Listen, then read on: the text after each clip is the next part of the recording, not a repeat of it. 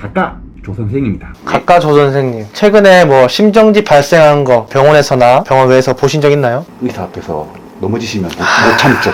참을 수 없죠. 또 특히 내과 인턴 앞이면 참을 수 없죠. 흉부압박 2번 만에 네. 깨어나시더니 제 뺨을 주먹으로 팍. 뺨을요? 네. 맥박을 잘못 짚어서 맥이 있으신 분은 실수로. 우리나라 심정지 발생률은 점차 증가하고 있고, 사실상 병원 밖 심정지가 발생한 사람의 생존 여부는 신속한 심폐소생술, 응급의료 체계 대응, 그리고 자동 제세동기를 사용하여 어느 정도의 효율적인 치료가 되는지에 따라서 환자분의 생존율이 많이 달라진다고 합니다. 똑똑해.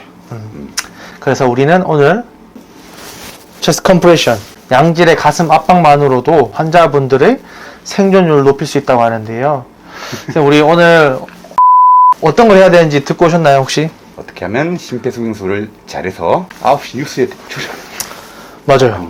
9시 뉴스에 출연할 수도 있어요. 요새 그런 거 많이 나오더라고요. 요즘에 저도 보니까 최근에 이제 이 영상을 준비하면서 검색을 몇 번 해봤는데, 정말 우리 주위에 일반인 분들이 효율적인 심폐소생술을 통해서 환자분을 생존시키는데 큰 역할을 하는 것들이 굉장히 많았어요. 그래서 오늘은 우리 조 선생님과 함께 간단하게 몇 가지 테스트를 해볼게요.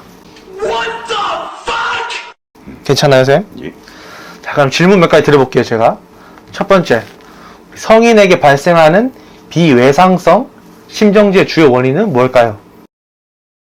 비외상성 심정지. 네. 이제 심근경색이 가장 큰 원인. 심근경색, 액큐트 MI. 예, MI. 정답 확인해 보겠습니다. 두 번째 질문입니다, 쌤. 심정지 환자를 발견했을 때 가장 먼저 해야 되는 일은 뭔가요? 가장 먼저 해야 될 일은 일단은 의료진을 부르는 거니까 119 신고. 119 신고. 예. 주위에 누가 있으면 119 신고를 부탁하면 되나요? 그죠. 부탁을 하고 본인은 얼른 환자를 환자한테 뭘 해줄 수 있는지 한번 깨워보고. 네. 아무도 없으면 혼자 맞닥뜨렸을 때 어떻게 해야 되죠, 그러면? 그러면 심장 압박을 시작해서는 멈출 수가 없으니 119 신고부터 먼저 하는 게 맞지 않을까요? 119 신고 눌러놓고 네. 컴프레션 한다. 스마트폰 요새 한 뼘 통화도 되니까 아, 한 뼘 통화 해놓고 켜놓고 이제 한뼘 통화. 오케이. 정답 확인해 보겠습니다.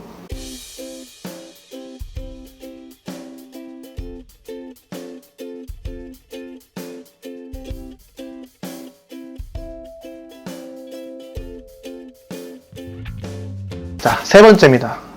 병원 밖 심정지 발생 시에 주위에 의료진이 오기 전까지 심폐소생술을 하지 말고 기다려야 될까요? 아니면은 일단 목격한 나부터 먼저 해봐야 될까요?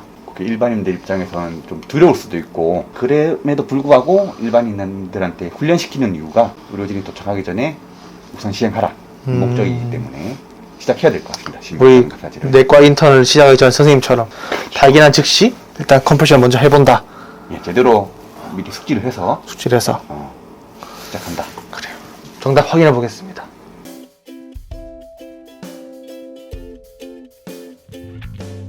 자, 우리가 심폐소생술 하게 되면 인공호흡기를 포함해서 하는 심폐소생술과 단순히 가슴 압박만 시행하는 심폐소생술 두 개의 생존율 차이가 있을까요?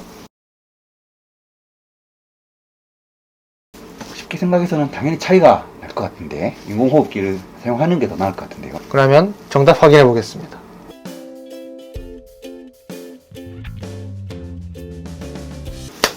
그럼 선생님, 환자를 발견했어요. 발견했는데 환자분이 뭔가 의식은 없는 것 같은데 숨은 살짝 헐떡헐떡거리고 있어.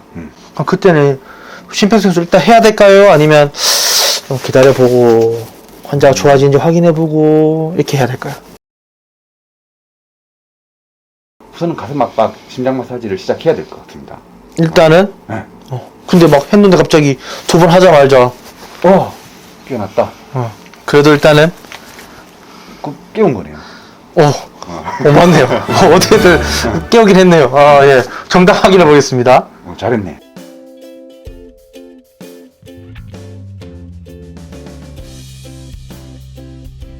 내가 그때.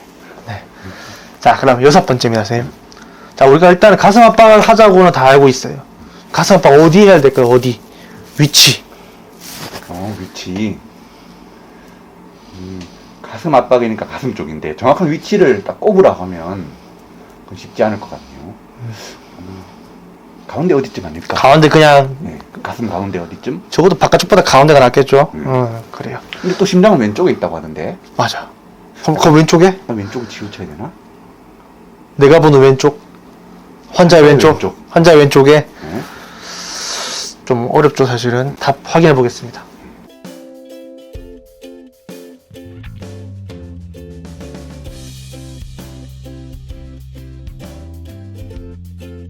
자, 그럼 이제 7번째 질문인데요. 우리가 심폐소생술하면 항상 30대 2라는 말 들어봤을 거예요. 그러면 반드시 우리가 병원 밖 심폐소생술일 때도 산소를 공급해야 될까요?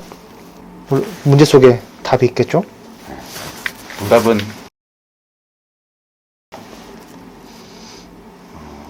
산소 공급 없이 없이. 그럼 이제 심장마사지만. 숨 못 쉬는데 그냥 놔두면 되나? 그런데 일반인 분들이 숙달이 안 된 상황에서 두 가지를 동시에 하는 게 어려울 것 같아요. 오, 그럴 수도 있겠다. 심장 마사지만이라도 우선 꾸준히 한다. 오케이. 정답 확인해 보겠습니다.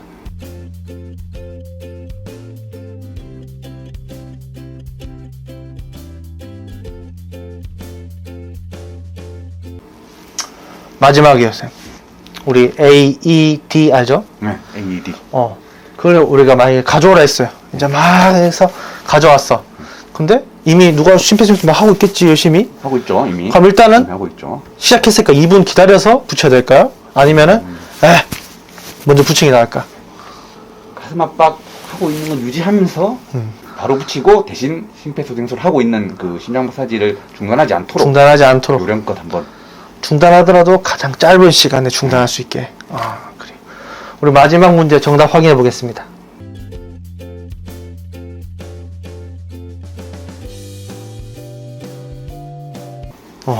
그래요.